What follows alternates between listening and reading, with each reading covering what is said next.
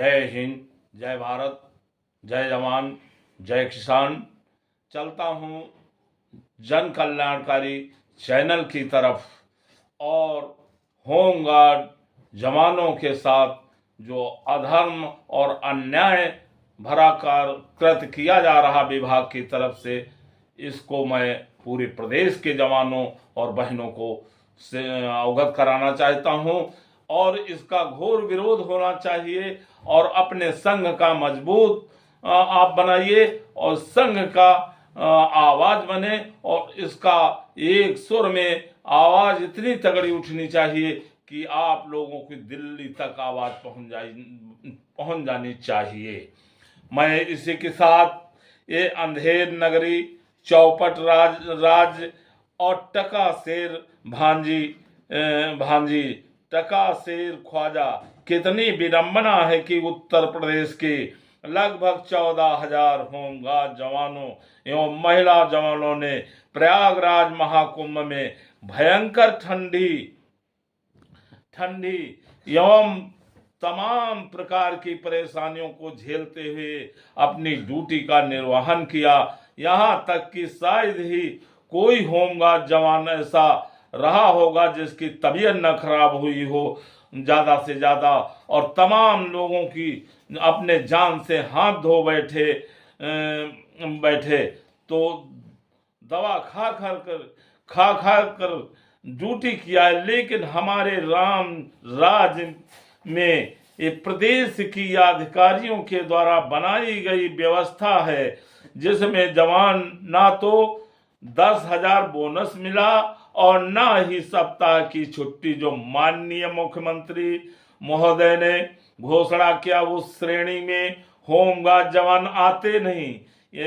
यानी ये मनुष्य ही नहीं है, मिला है तो कुछ तो वो यही मिला है कि होमगार्ड जवान कुंभ ड्यूटी से ड्यूटी करके आए और तुरंत उनको सत्यापन और वेरिफिकेशन के नाम पर इन अधिकारियों के द्वारा शोषण का रास्ता बनाया गया, जबकि यह वेरिफिकेशन पहले उन अधिकारियों को की होनी चाहिए थी जो वैतनिक स्टाफ है। लेकिन कस ऐसा होता तो होमगार्ड जवानों की आवाज को सुनने वाला इस प्रदेश में ना तो सरकार है और ना ये विभाग के अधिकारी। बेदर्द अधिकारियों ने होमगार्ड जवानों के ऊपर जुल्म ढा रहे हैं। कितना दुर्भाग्य है कि हम ऐसे संगठन होमगार्ड संगठन में भर्ती हैं, जुड़ गए जहां हमारे जवानों को कोई अहमियत नहीं दी जाती है। ये हमारे बहुत ही जिन शब्दों में निंदा की जाए वो कम है। अभी मैं कल 11 तारीख में मैंने माननीय मुख्यमंत्री जी के पोर्टल पर भेजा और प्रमुख सचिव जी को भेजा और डीजी साहब को पत्र के द्वारा भेजा, मांग किया है कि वेरिफिकेशन किया जाए। लेकिन वो समस्त उत्तर प्रदेश का कमांडेंट अपने कार्यालय से वेरिफिकेशन कराएं, ना कि 3 साल का उसमें कॉलम डाल दिया गया और शपथ पत्र साथ में लिया जा रहा। ये इसकी आड़ में होमगार्ड का एक हाथ नहीं बल्कि दोनों हाथ काटे जा रहे हैं। इसके बाद गटाई काट के भी अलग कर देंगे। ये बहुत बड़ा धोखा होने जा रहा। ये मांग की गई है कि यदि ये सरकार और ये विभाग समय रहते ध्यान नहीं दिया तो हम रोड से लेके कोर्ट तक लड़ाई लड़ने के लिए अब तैयार हो गए हैं, यदि ध्यान नहीं दिया गया। और देखिए कितना बड़ा ये अधर्म हो रहा, जबकि हमारी 60 साल तक नौकरी करने का अधिकार दिया गया सरकार की तरफ से। 60 साल में रिटायर होंगे, लेकिन रिटायर होने में 1 रुपया नहीं दिया जाएगा, बल्कि यहाँ तक इनका सम्मान करने तक वेतन नहीं आएगा। सिर्फ वो ड्यूटी लेना चाहता है, काम लेना चाहता है। जबकि इसी जगह पर सरकार ने घोषणा किया था, एक शासनादेश जारी किया था कि सर जब ये कोई जवान रिटायर होता है तो उनको गाजे और बाजे के साथ बड़े सम्मान के साथ घर तक इनको विदाई करके पहुंचाया जाए।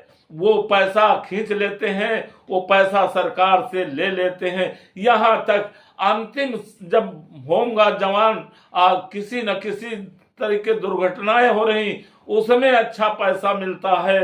अरे वो पैसा भी यानी कफन और ये जो क्रियाकांड है ये करने के लिए कफन और लकड़ी और अन्य कार्य क्रियाक्रम करने के लिए दिया जाता है 10-15 हजार रुपया, वो भी ये खा जाते हैं। इनका इतना प्यारा है कि होमगार्ड मर जाए, वो उसका परिवार बर्बाद हो जाए, इनसे कोई नहीं। तो इनसे गिरा और कौन इस विभाग में इन अधिकारियों से गिरा और कौन हो सकता।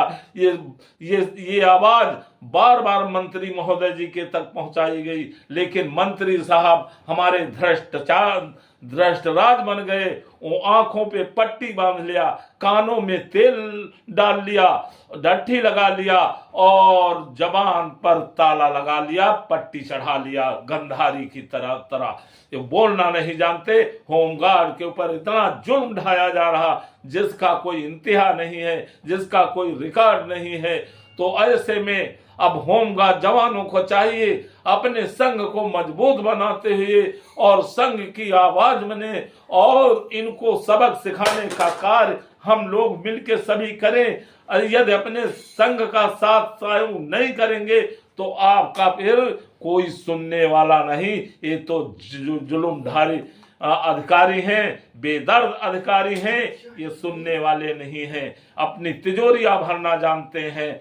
यहाँ पर कुंभ मेले में 60 साल से ऊपर भेज दिया, उनको मुंह सीधा मौत के मुंह में झोंक दिया, जबकि मीणा साहब आदेश किए थे 50 के नीचे भेजा जाए, लेकिन उन्होंने 50 वालों के नीचों से पैसा ले लिया और अपनी तिजोरियां भरा। इसके बाद जब जानकारी हुई मीणा साहब, तत्काल उन्होंने मेरे चैनल के माध्यम से इस पे संज्ञान लिया और तत्काल कहा 50 साल वालों को जिले में वापस किया जाए और समस्त उत्तर प्रदेश के जवानों की कमांडेंटों की जांच बैठा दी। ये घबरा गए कि अब ये तिजोरियां खाली हो जाएंगी और हम लोगों के ऊपर मुकदमा लिखा जाएगा, जेल जाना होगा। तो इन्होंने सारे कमांडेंट मिलके और यहाँ तक डीजी साहब और डीआईजी हमारे होमगार्ड विवेक साहब और सब यहाँ तक मंत्री साहब मिल करके रातों रात अपर प्रमुख सचिव मीणा साहब होमगार्ड मीणा साहब को तत्काल रातों रात उनको हटा दिया गया। चाहे वो आईपीएस जसबीर साहब हो, उनको तो खोला, यहाँ तक मंत्री तक नहीं बच रहा था, तो रातों रात उनका ट्रांसफर नहीं करा के बल्कि उनको सस्पेंड कराया और सरकार उनको सेवा पे नहीं लिया, अब उनको सेवा से मुक्त कर दिया गया। ये जुल्म देखिए सरकार, ये राम राज्य में ये हो रहा है। ये देखिए उसी जगह प्रतिभा अंबेडकर आईपीएस आई, उन्होंने कथनों को भ्रष्टाचार की फाइल खोली जिसमें एसोसिएशन भी मदद की, काफी रिकॉर्ड दिया, जिसमें लखनऊ से कृपा शंकर एक कंपनी कमांडर बीओ जेल की सलाखों के पीछे गया। आज उसी कृपा शंकर को वो बाहर आया तो देखिए उसको पैसे के बल पर, पहुंच के बल पर उसको प्रमोशन दे दिया गया, आज मंडली कमांडेंट बना के भेज दिया गया। और यही जगह पर आईपीएस जसबीर साहब को सेवा से ही सेवा निर्वित कर दिया। ये देखे रामराज है भैया, सभी लोग देखें प्रदेश के कितनी बड़ी रामराज। अब देखते हैं, मैं जो उनके पोर्टल पर माननीय मुख्यमंत्री जी के भेजा हूं, ये अपने कार्यालय से वेरिफिकेशन पुलिस के द्वारा कराएं और ये जो वेरिफिकेशन और 3 साल का है, इस कॉलम को हटाया जाए। इसका हम और प्रदेश कार्यकारिणी हर संभव प्रयास कर रही और इसका ज्यादा से ज्यादा हम जिन शब्दों में निंदा की जाए वो कम है। और प्रदेश के जवानों से मेरा निवेदन है कि जागो जागो, वरना बकरे की तरफ आप भी बंधे हुए, बकरे और मुर्गा की तरफ एक एक को पकड़ के कान और मुर्गा की जैसे गटाई पकड़ के काट देते हैं और थोड़ा थोड़ा करके बांट के बेच देते हैं, खा जाते हैं। यही होमगार्ड के सामने ये सामने दिक्कत है। सभी लोग जो दलाल कुछ हैं उसी कड़ी में, उसी लाइन में वो भी हैं। वो तो वही बिल्कुल है, बैठती है सटीक कि वो चारा डाल दिया, कहा आप खाइए, कोई नहीं बोलेगा, आपका मालिक आपको चारा दे रहा, खाना दे रहा, पकड़ लिया एक का कान और काट के थोड़ा थोड़ा बांट दिया, भेज दिया। और उसके बाद वही मुर्गा के साथ होता, पकड़ घींच काट करके और बेच दिया।